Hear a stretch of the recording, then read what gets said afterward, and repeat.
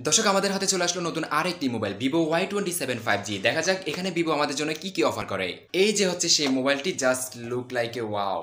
মোবাইলটা আপনারা দুইটা কালার ভেরিয়েন্টে পেয়ে যাবেন, একটা হচ্ছে শাটিন পার্পল আর একটা হচ্ছে এই যে আমার হাতে এটা মাইস্টিক ব্ল্যাক। অ্যান্ড্রয়েড ভার্সন হচ্ছে 13, 16 GB RAM plus 256 GB storage. Back সাইডে হচ্ছে ডাবল ক্যামেরা সেটআপ, যার মেইন ক্যামেরা হলো 50 মেগাপিক্সেল আর অন্যটি হচ্ছে 2 মেগাপিক্সেলের একটা ডেপথ সেন্সর ক্যামেরা। তবে এই ক্ষেত্রে আমরা ট্রিপল ক্যামেরা সেটআপটা মিস করতেছি। মোবাইলটির ফ্রন্ট সাইডে 8 মেগাপিক্সেলের একটি সেলফি ক্যামেরা।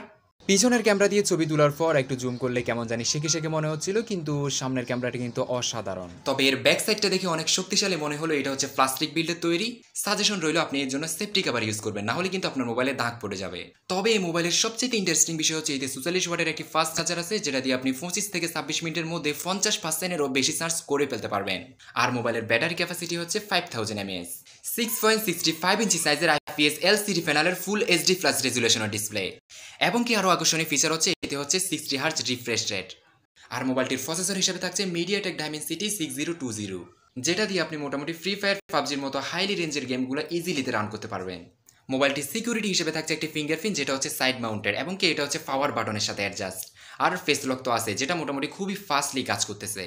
তবে এই মোবাইলটির সবচেয়ে একটি দুঃখের বিষয় হচ্ছে এতে আপনি কোনো মেমোরি কার্ড ইনসার্ট করতে পারবেন না।